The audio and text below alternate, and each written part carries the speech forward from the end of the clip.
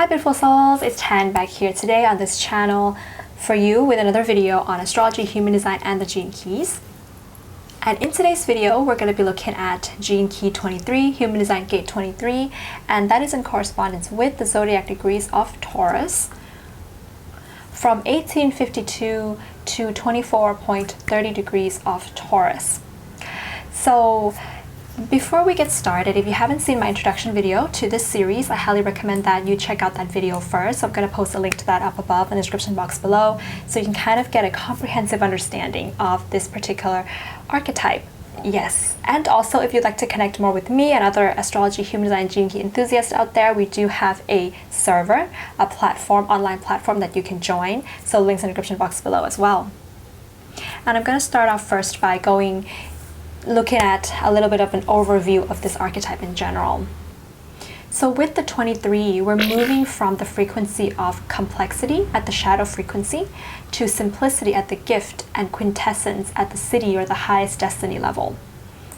And of course, the dream arc totem, when it comes to the fear key, is the SCARAB, the life key animal or the gift is the sheep, and the vision key bird is the magpie.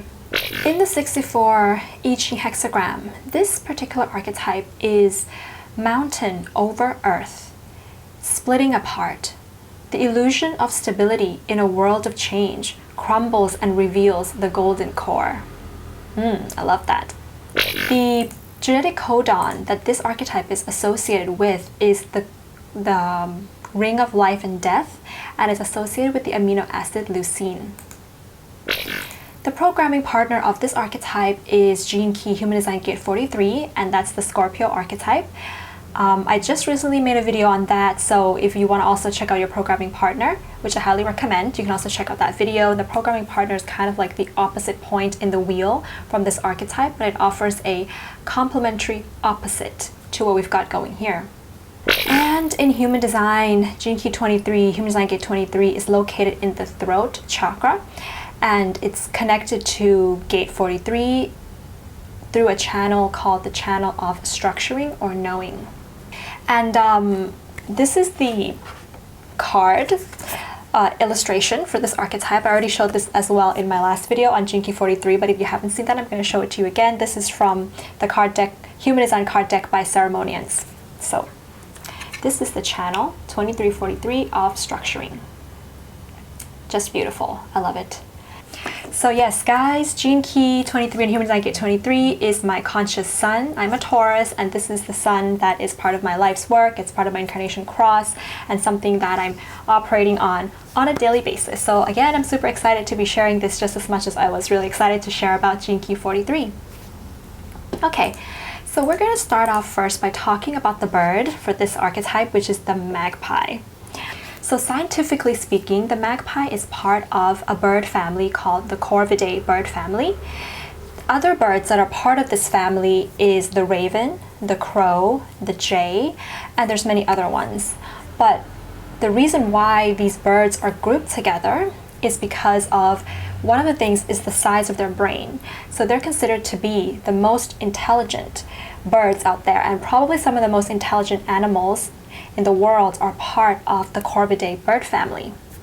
And the thing that makes the magpie quite fascinating is the fact that it can recognize its own reflection in the mirror, which is a characteristic that doesn't really belong to many other animals except, well, of course, humans and particular species of apes, the dolphin, and the Asian elephant. No other animals demonstrate this ability, especially not any other birds. So this is associated with the fact that the magpie has a certain amount of self-awareness. And self-awareness is considered to be what they call convergent evolution, meaning that different species of animals somehow through their evolution evolve the same traits, but through different means of evolving that particular trait. On the other hand, magpies have been kind of associated with superstition, especially when it comes to death, because when a magpie, and this is not just the magpie, but there are a few other birds that do this, when they discover that another magpie, a member of their tribe, shall we say, is dead, they would attract a whole group of magpies to come. And this can be up to 40 birds that gather around that one dead magpie, and they would make really loud calling, kind of showing grief for that particular dead bird.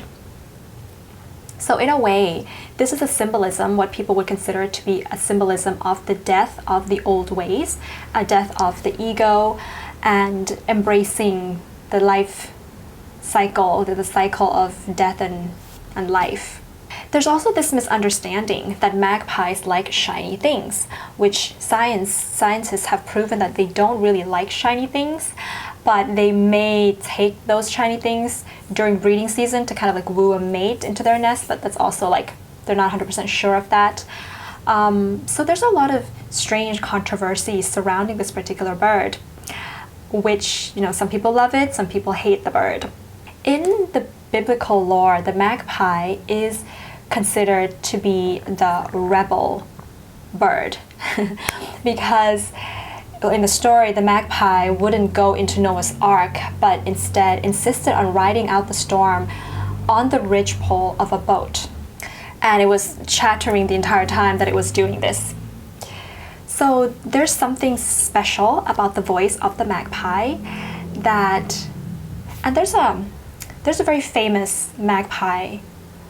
I think he's called George the Magpie. I may leave a link to some of his videos in the description box below or in the comments so you can see how strange this bird is. When he talks, he sounds a little bit like a broken record, but he's also very funny at the same time and very entertaining to watch and listen to.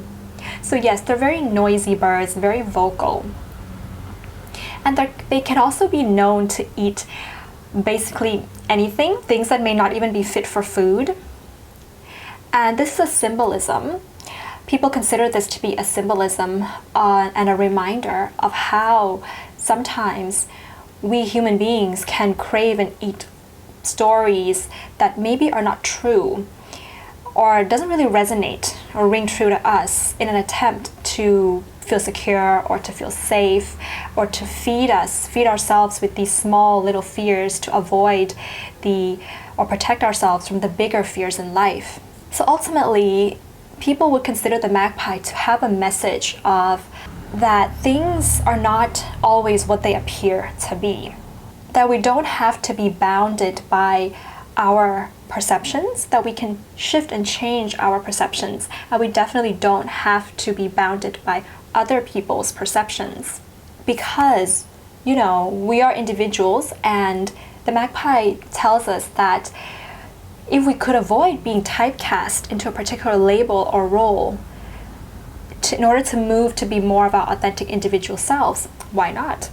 If you have this archetype, some of your traits may be that you're somebody who can speak your mind and would like to speak your mind. If you're operating from the higher frequency of this archetype, is that you're very intelligent, you're a rebel, and you have your own unique expression and voice that's coming from your own thoughts, your own mind, and you want to be able to communicate that to other people in a way which serves others and to help others with their evolution, just like the magpie and a couple of other animals that are having gone through convergent evolution.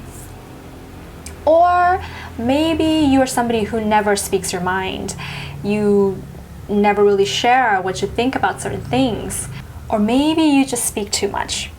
And also, with regards to the magpie's voice and also what is being said in the gene keys, is that people who have this generally have a very unique voice, not just what they say, but the actual tone and frequency and the vibration, you know, of their voice, their acousticness. when their voice comes out, there's something different and unique about that. And of course, just like the magpie, you may be somebody who is a little bit controversial, and you see beyond the surface of certain things. I mean, this is a Taurus archetype, and Taurus is ultimately associated with our values and what is essential in life, and to see beyond the surface of superficial things and things that are not really of value or essential to us. And because you do that, you may actually be very good at making money as well, because when you do something, you only do what's necessary, so you don't waste energy or money on unnecessary things. Okay, so let's have a look at the shadow frequency of this archetype of the 23, which is called complexity. So this archetype is linked in the actual physical body to how the mind directly translates thoughts into speech. So another way of putting this is that when you say something, it helps you to formulate your thoughts better. When you think something, you have to say it right away. So the shadow of this could be that it can lead to someone, if you have this, who thinks that when they think something, they should just say it. But it's not just about speaking. You know, the throat is not just about speaking. It's also the fact that the throat is a center of manifestation into the world.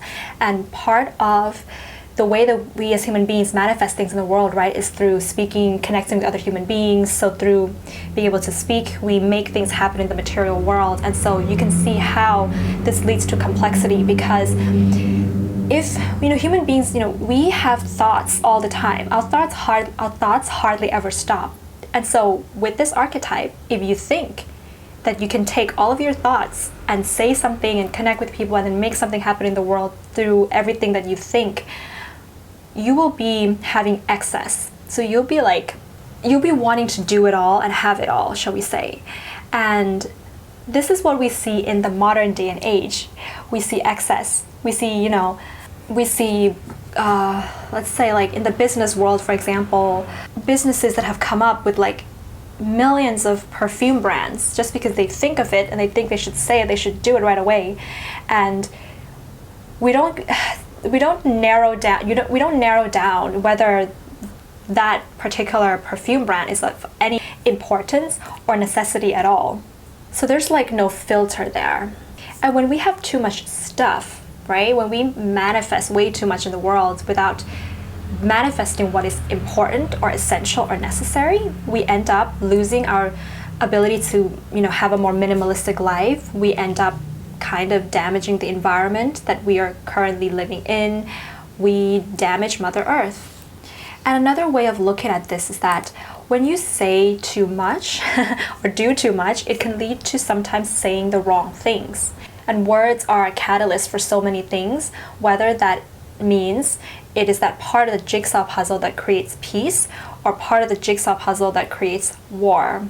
It's coming from the misunderstanding of the way that we use our words or the correct understanding of how we use our words. And when you may not have a lot of consciousness about what to say, what's important or not important to say, we can have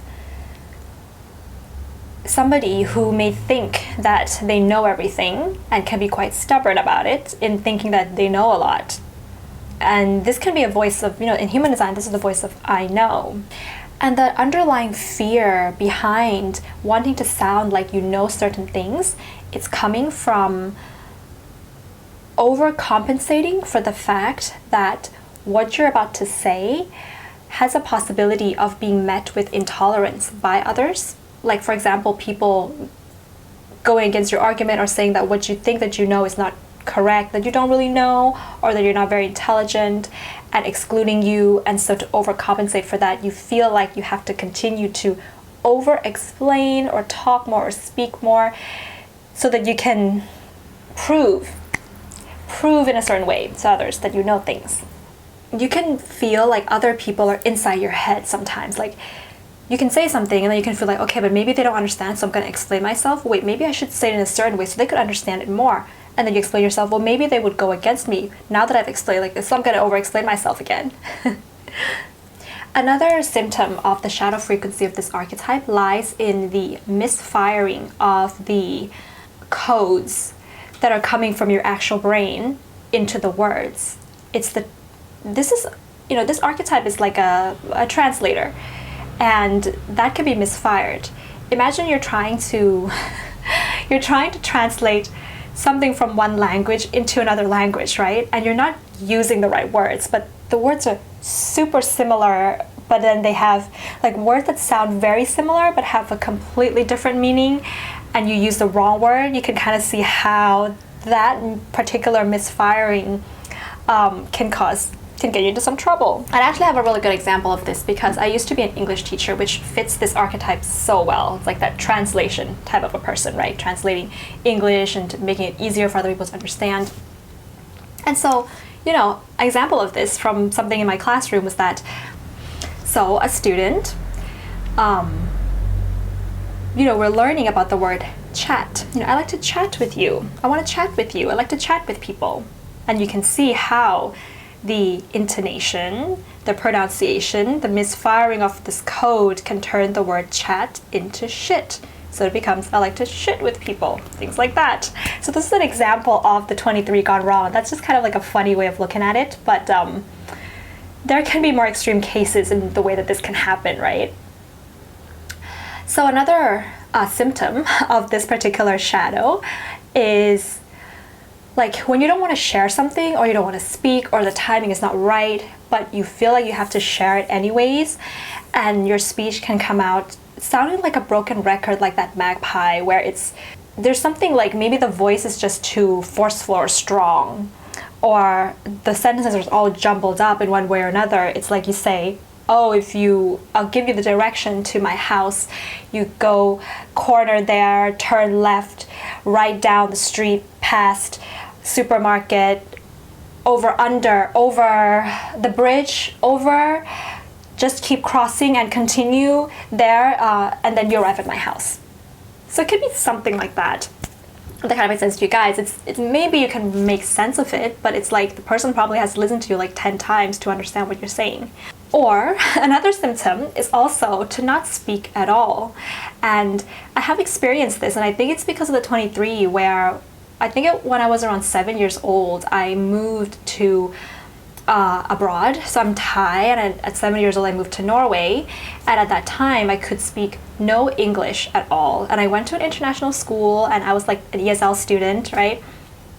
And I spent like a year or 2 years not speaking a word to my teachers or to anybody because I couldn't, and I was scared. And my 23 was kind of like, I would rather just choke up inside and not say anything than to say something. And like the energy just wasn't there. There's just there's no translation coming out of me.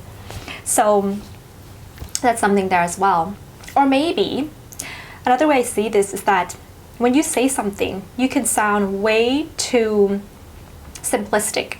And it's because you're not really sharing your own inner truth and your own unique expression.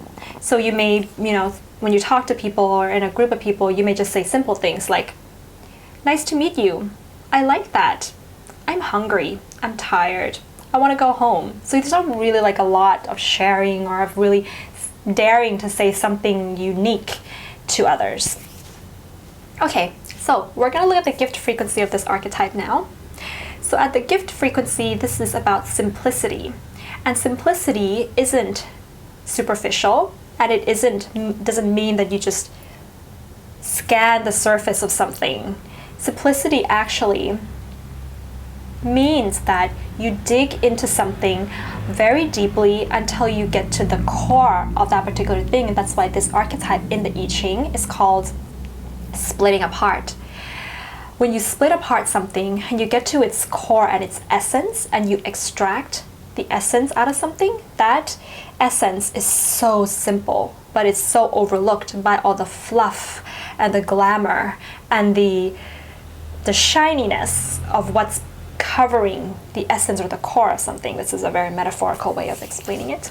So an example would be going minimalist. And I did this like in 2018. I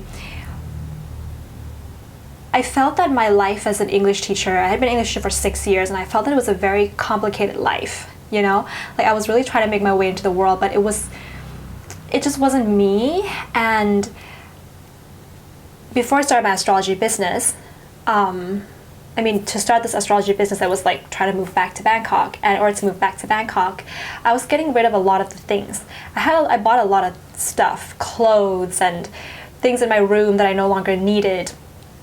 And if you even watch like some of my earlier YouTube videos, you'll see that like I had a lot of stuff in the background of my room. And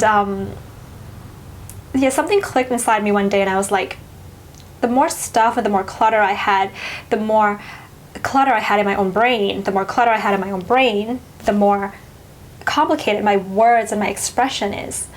And so when you're going minimalist, you really have to keep only what is truly important and essential to you. And that practice can help you get to the essentials and the core of various other things in your life, in your career, in your relationships, in your spiritual growth. And so that's the simplicity there. So therefore, when you do this, you begin to become somebody who wastes nothing in life. You know that there's value in not everything, but there's value in the things that has value to the individual who feels that it has value. Something that's valuable to you may not be valuable to anybody else, but it's the figuring out of that thing that is valuable to your own individual path and yourself. And when you're speaking, you can become somebody who can make the most abstract, complicated ideas and thoughts easy for other people to understand, because you don't use jargon, too much jargon or slang or complicated words just to sound like you know what you're talking about. That's not important. You're very much focused more on how others are going to be able to use what you say to the benefit of their own life and make their lives more efficient.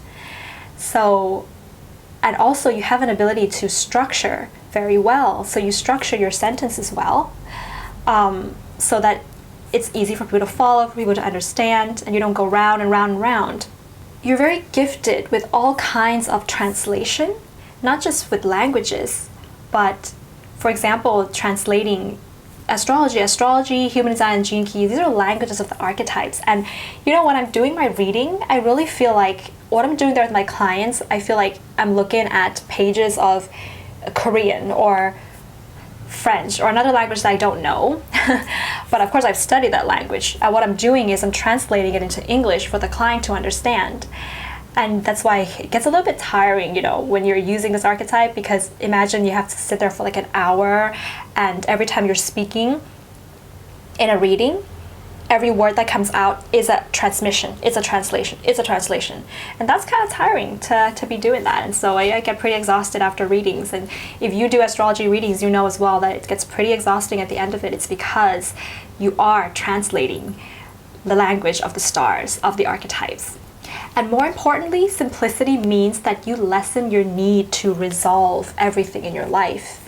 Only when it's important and it's necessary and it's valuable do you get to the core of that thing. And you begin to also contemplate your own inner essence. Kind of like, you know, what emotions do I have? What impulses do I have? What thoughts are coming through my head? And kind of letting that flow without trying to always say it if it's not important, and without needing to do anything about it just yet. And that patience allows you to say only what is important and necessary, you know, with the 43, the gift of insight coming in, so that you only filter which part of the insight of gate 43 is valuable and essential. Then you say it, then you do it. And more importantly, the gate of splitting apart, this gate, gets to the essentials of life. And so this gift of simplicity, it's called the noblest truth, and it has a link to the theories of Buddhism as well, because the Four Noble Truths in Buddhism includes the four truths that is true for all living things. And that is, truth number one is that we all suffer. The second truth is that there is a cause to the suffering. The third truth is that there's an end to suffering. And the fourth truth is that there's a path to the end of suffering. And so we have this archetype. I'd like to invite you to contemplate on these Four Noble Truths a little bit, because relationships, career, various areas of your life, family, all the problems that we have, it's stemming from the need that things cause us suffering, and then we do certain things to avoid it, and that there is a way to avoid it. There's a path to doing that, and that's ultimately life. Whether that means we want to find love because we don't want to suffer from not feeling unloved. Whether that means we want to be successful in our career because we don't want to suffer from not having money, or we don't want to suffer from feeling like we have no real purpose here. And so in a way, it is a little bit morbid, kind of like the magpie, but it is so true. And that's why the irony, the rebel, the controversy here is that when you realize this, you no longer take life very seriously. You have a sense of humor about you. You live life more playfully, more simplistically, and sometimes when you say things out of the blue, you get people to turn their heads and their attention is on you because it's like you said something. You know, you have an ability to be in a group and then say something that nobody else is thinking of because it's like you say something that's like really true and nobody has thought of it, and so they're like, oh, didn't think of that. That's so true. And so they turn heads, kind of like that. Yeah, there are other people, when they're around you, when you're in the gift of simplicity, they feel more simple. They feel like the problems in their life begins to dissolve. And you can become the master at making money as well, because you don't, it's not like the Scorpio archetype, right, which is the opposite. Scorpios have a gift of strategy and knowing when to invest or to make money. But the Taurus, this 23 archetype, makes money by not wasting. And this is not to say it is stingy. Of course, it can be stingy, you know, if you're in the shadow of it. But it's really not about that. It's really about not wasting money where it did not be wasted because of something that's not important or essential and necessary in your life. And you are the master of efficiency as well, meaning that, you know, if you were to be starting your own business, for example, you can get to the essence of your business and you may not have to invest initially that much money. So you're not wasting money investing in something, but you extract the inner essence inside of you and you do it and you just make money from it. It's kind of like my mom, she says to me quite frequently, like, Tan, your business right now, your astrology business doesn't really require you to do anything. All it does is it just uses your brain. That's it. You're basically selling your brain. That's what my mom would say, and I was like, yes, because it's efficient. I don't have to waste money into investing in any kind of materials to make products or anything. I just use my essence. So if you have this archetype, I would like to invite you to get in touch with your essence, you know, the core essence inside of you, what that's all about, that there's so much power there. You also have an ability here for lateral thinking, meaning that, you know, the 43 and 23 doesn't think with the right brain or the left brain, but it thinks from just a simple knowing. And this knowing comes through observations, through observing others, splitting things apart, and then kind of just knowing. So if we bump this archetype up a notch, we get to the city or the highest destiny of this archetype, which is called quintessence. So in the Gene Keys, the definition of quintessence that Richard Rudd is talking about refers to ether, or the fifth element, which is an invisible substance that fills the spaces, all the spaces in the universe. It doesn't have any quality or quantity to it, but it has local motion. And its motion, it moves usually in circles, and it's very natural the way that it moves. And, you know, Aristotle himself, you know, of course I had to look a little bit into this because I don't really know what, you know, ether means when Richard Rudd is talking about this. But, you know, Aristotle contemplated on this theory, and he said that ether is the matter, the substance that holds in the celestial spheres, it holds the stars and the planets. That's ether. And the Greek word for ether means pure air, fresh air. And so in Greek mythology, it was thought to be the air that the gods were breathing in.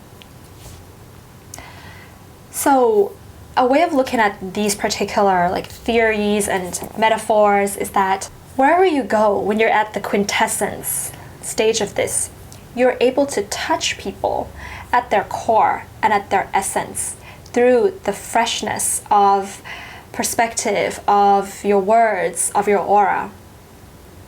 You can touch the gold within other people. You've touched the purest part of them that maybe they had overlooked all along. Things that, like, let's say somebody has a problem in their life and you have quintessence, this archetype, you see beyond the surface of their problems and you see something that they can't see. And because of that perspective, they are able to feel like, oh, that's a really fresh, pure perspective, but it's also really true to who I am. And therefore, what you're actually doing is you're not solving their problems in that sense. You're not practically solving people's problems, but you are giving them a new mindset, a new way of thinking, a new way of looking at things, new paradigms. You shift their paradigms so that they see, and it's not that you let them see a new perspective into their problems, but you pull out a perspective that was always there within people, but they totally overlooked. That kind of made sense? So because of that, this archetype has an ability to help people evolve by deconditioning from their fears, which they may cover up through complexity, their traumas or the junk that they had carried and they have been conditioned with through childhood, and now it's making their lives complex. You have an ability to cause people to evolve, help people with their evolution by looking beyond that within them. And there's also a more bodily, physical way of looking at this archetype, which, Richard Rudd says that when you are speaking from your essence, what your body is actually doing is that the unnecessary thoughts that are not your essence, they're split apart from what's really at your core, at your essence. And those unnecessary thoughts, they fizzle through your aura. And so what's only left is your essence, and that is what comes out through your flesh, through your words, through your expression. That's physically what it feels like. When you have something that you want to say, when you have a knowing or something that you want to say, it kind of, if you can get into that practice, I don't know how that would be, but it's a feeling in the body. It's like, nope, nope, nope, nope, nope, nope, not essential, nope, nope, nope, shh. This is essential, and you only say that, and it's very simple. And so in order to be able to do this, getting in touch with this, doing this part of the body work, it's about trust. It's about the trust in your own path and in your own essence before any external system or teacher. And of course, you can benefit a lot from all the teachers and all the systems in the world, but ultimately, it comes back to your own individual path, your own individual truth. The 43, this channel, so the 43 is about that trust. I talk a lot about trust in the 43, right? The 43 is about trust in the divine timing and in your own inner truth. The 23 trusts in its own way, your own path of expressing that divine truth out into the world, into other people. It trusts in the way that it's going to transmit that truth to others. So I hope that kind of made sense. That's going to be the end of this video on Gene Key 23, Human Design Kit 23. And so if you have this, also check out your programming partner, which is the Scorpio archetype of Gene Key Human Design Kit 43. And yes, I do astrology, human design, and gene key combined readings. You can check out my services on my website. And if you like this video, give it a thumbs up and hit the subscribe button if you haven't. If you already subscribed, thank you for coming along. If you have this archetype also, leave in the comment below what your experiences have been with it. And yes, see you soon, beautiful souls. Bye!